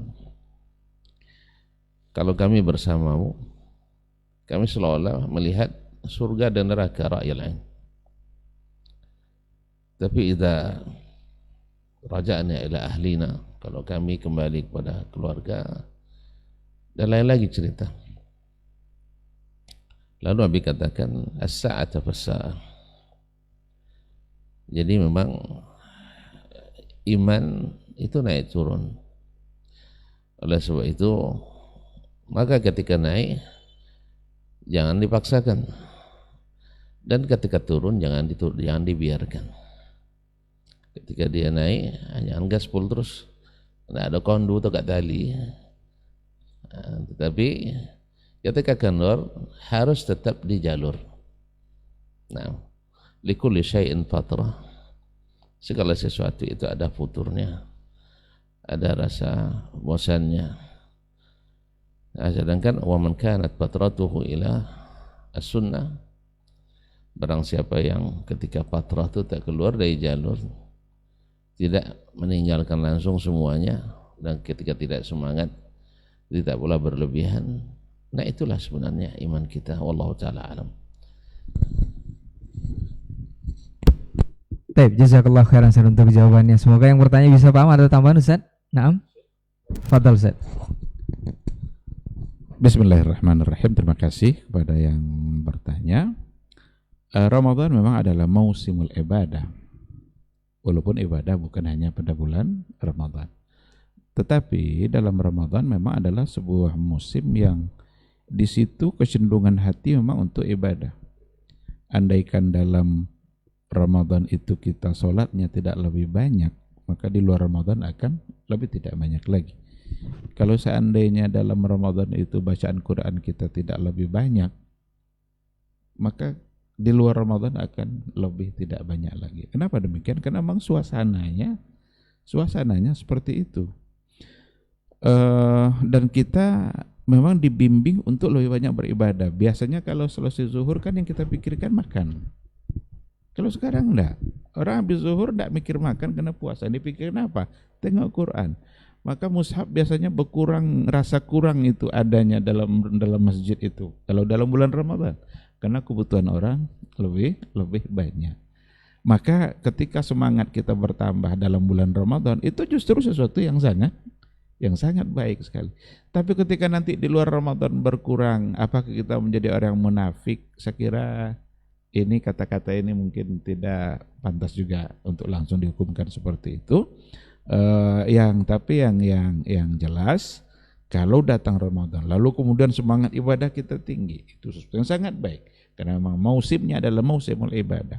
Tapi ketika di luar itu, andaikan memang tidak seperti itu lagi, maka itulah jawabannya seperti yang dikatakan oleh guru kita tadi, andaikan saatnya kendor tetapi tidak pula dalam artian meninggalkan sama sekali, tidak ada kendali. Tetaplah di luar Ramadan untuk mengamalkannya. Kalau dalam Ramadan baca Quran kita lebih banyak, tapi jangan sampai di luar Ramadan tidak baca Quran. Andaikan dalam Ramadan sedekah kita mungkin akan lebih, tapi jangan sampai di luar Ramadan tidak sama sekali.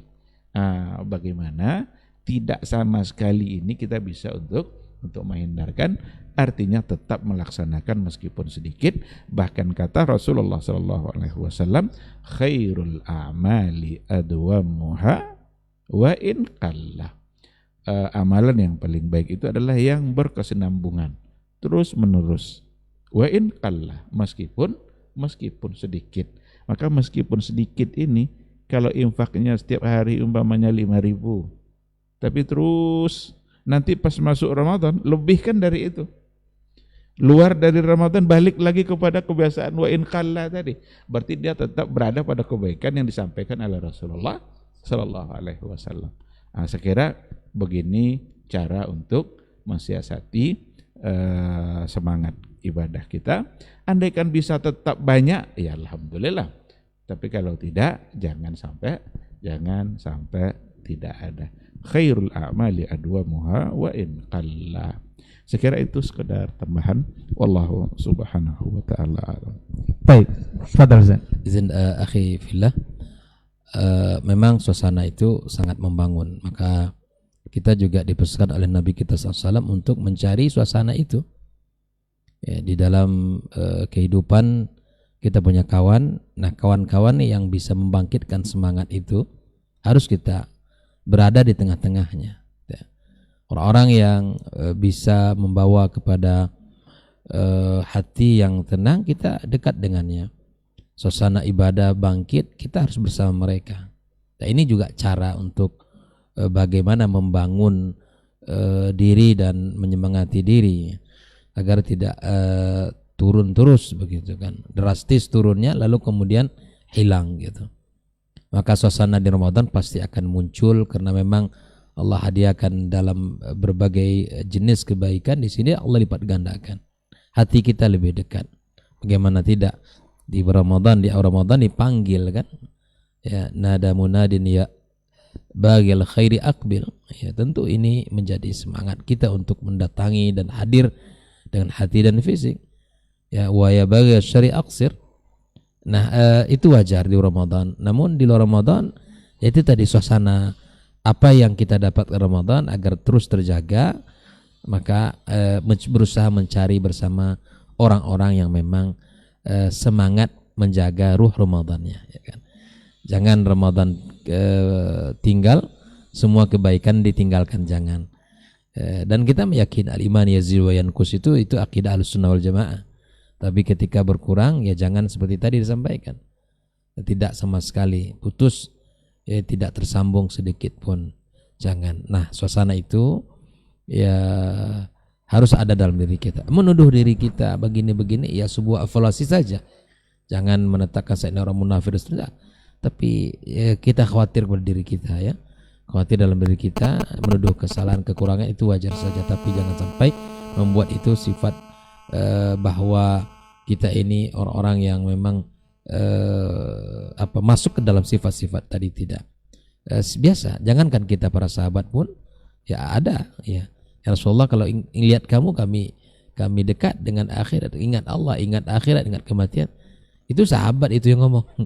Ya kita hari ini ya tidak ada sahabat yang kita jumpa, tidak ada nabi yang kita lihat. Ya kita hanya belajar dari perkataan nabi dan bagaimana kabar beritanya para sahabat. Mudah-mudahan itu bisa melejitkan semangat kita terus istiqamah. Nah, yang perlu diminta adalah kepada Allah seperti mana generasi salaf setelah Ramadan 6 bulan berikutnya selalu memohon agar Allah terima seluruh kebaikan. Siapa yang Allah terima? Innama yataqabbalallahu minal muttaqin. Yang Allah terima adalah orang-orang yang bertakwa. Maka semoga semangat orang-orang bertakwa itu hidup dalam diri kita, dengan harapan amal kita termasuk orang-orang yang diterima Allah Subhanahu wa taala. Jaga lingkungan, jaga persahabatan, suasana, temu dengan orang-orang saleh. Semoga kita juga termasuk menjadi bagian mereka. Wallahu taala alam. Baik, barakallahu fiik, jazakallahu khairan untuk guru-guru kita yang sudah menjawab pertanyaan dari antum yang bertanya mengenai persoalan ini, dan ini adalah juga nasihat untuk kita bersama. Kita boleh jawab Ustaz dari Padang. Ustaz, ada satu pertanyaan. Sepertinya memang di luar tema. Ini sudah lama. Kemarin kayaknya ditanyakan Ustaz, pekan kemarin waktu diktat. Assalamualaikum warahmatullahi wabarakatuh Ustaz. Semoga Ustaz semua selalu dalam kebaikan dan hidayah Allah Subhanahu wa taala. Ana dari Padang Ustaz, mau bertanya. Dulu ana kerja pada perusahaan parfum dan selama bekerja di sana terasa nyaman dan aman Ustaz. Qadarullah, setelah mendengarkan dan membaca hadis tentang perempuan yang menggunakan parfum keluar rumah dan ke masjid, hati ana mulai merasa tidak tenang bila menjual kepada perempuan. Dan akhirnya ana keluar dari pekerjaan tersebut Ustaz.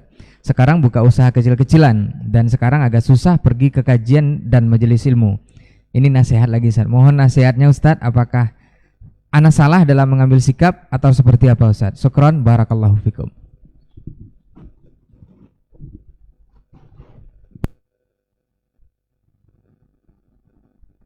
Bismillah wassalatu wassalamu ala rasulillah.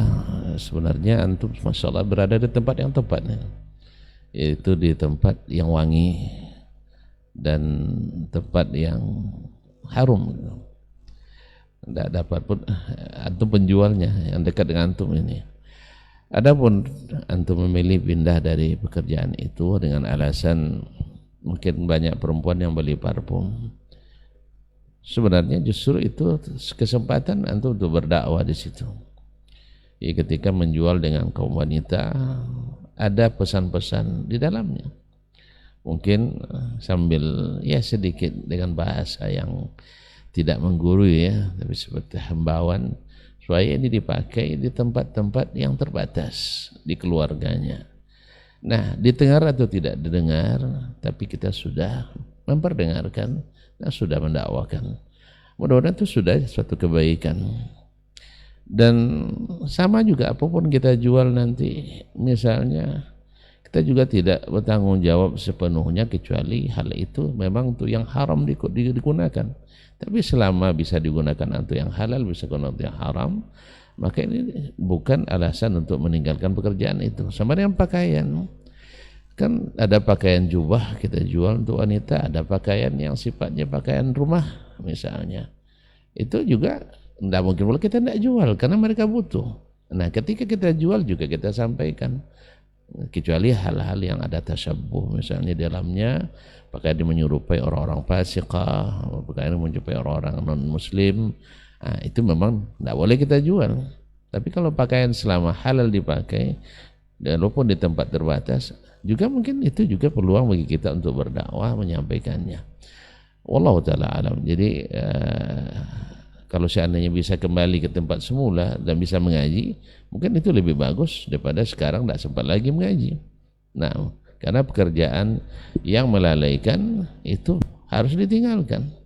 Pekerjaan yang menghalangi kita untuk perbaiki diri, membenahi diri, sebaiknya diganti dengan pekerjaan yang bikin kita nyaman, bikin kita harum, bikin kita bisa berdakwah dan juga bisa menambah dan memelihara iman kita. Wallahu waliyut taufiq. Baik, barakallahu fiik, jazakallahu khairan untuk juga jawaban dan nasihatnya. Ada tambahan Ustaz? Fadhal Ustaz. Bismillahirrahmanirrahim. Alhamdulillah wassalatu wassalamu ala Rasulillah. Wala haula wala quwata illa billah. Saya hanya ingin memberikan apresiasi juga kepada yang bertanya. Itu menunjukkan iman yang ada di hati dia. Ketika ada sesuatu yang dia merasa itu adalah sesuatu kesalahan, lalu dia siap untuk meninggalkan.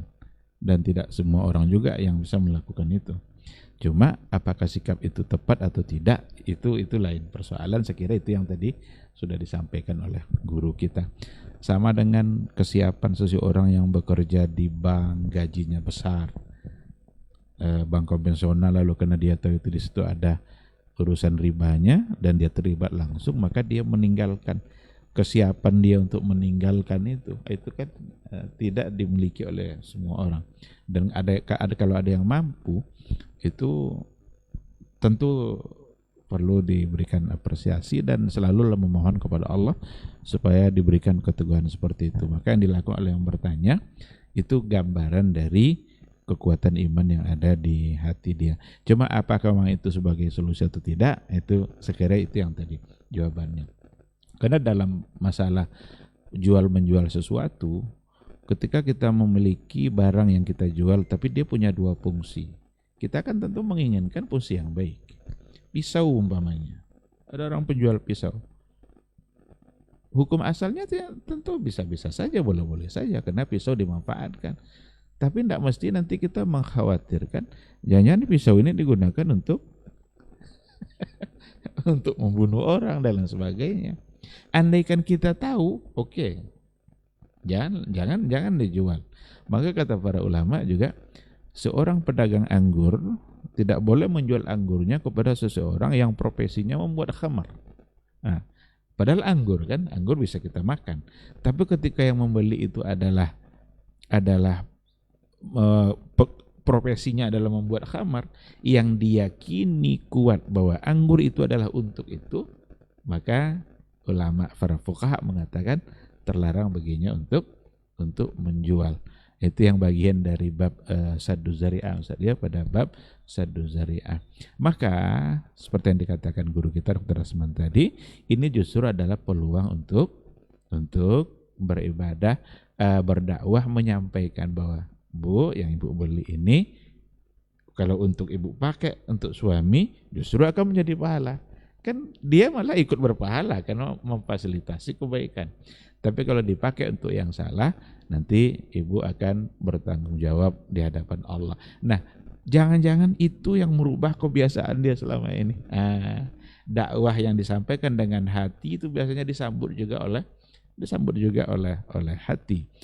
Maka saya sangat setuju, mungkin itu adalah peluang untuk menyampaikan kebaikan, untuk menyampaikan dakwah yang jangan-jangan itu adalah awal perubahan yang ada pada diri seseorang.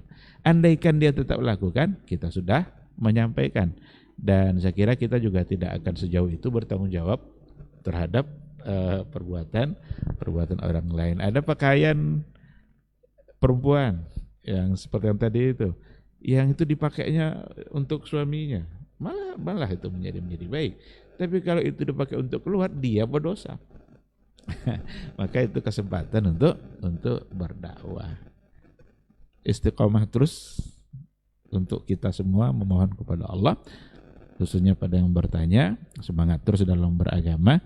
Tapi yang jelas, apapun aktivitas kita, jangan gara-gara itu justru kita semakin jauh dari majelis ilmu. Wallahu subhanahu wa ta'ala a'lam. Baik, barakallahu fiik, jazakallahu khairan untuk jawabannya dari pertanyaan Ayah Aufa di Padang, Sumatera Barat. Mudah-mudahan bisa bermanfaat dan nasihat untuk beliau dan juga kita bersama di kesempatan hari ini. Dan alhamdulillah untuk materi kita sudah selesai dan alhamdulillah sudah disampaikan oleh guru-guru kita mengenai menghitung hari, nasihat tentang Ramadan dan persiapannya, dan mudah-mudahan kita disampaikan oleh Allah Tabaraka wa Ta'ala ke bulan suci penuh berkah tersebut dan bisa memaksimalkannya, alhamdulillah insyaallah.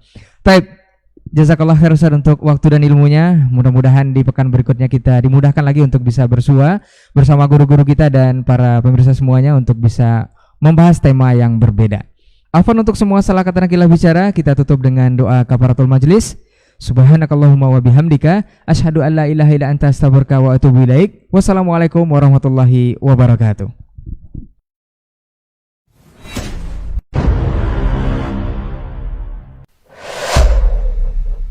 Dunia dan seisinya ini bagi Allah tak sama nilainya dengan sebelah sayap lalat. Barang siapa yang beramal untuk akhiratnya, Allah akan cukupkan baginya urusan dunia. Sayati zamanun 'alan nasi as-sabiru fihim qalqabit al-jamarah. Akan ada satu masa di akhir zaman yang berpegang teguh dengan agamanya seperti orang yang sedang memegang bara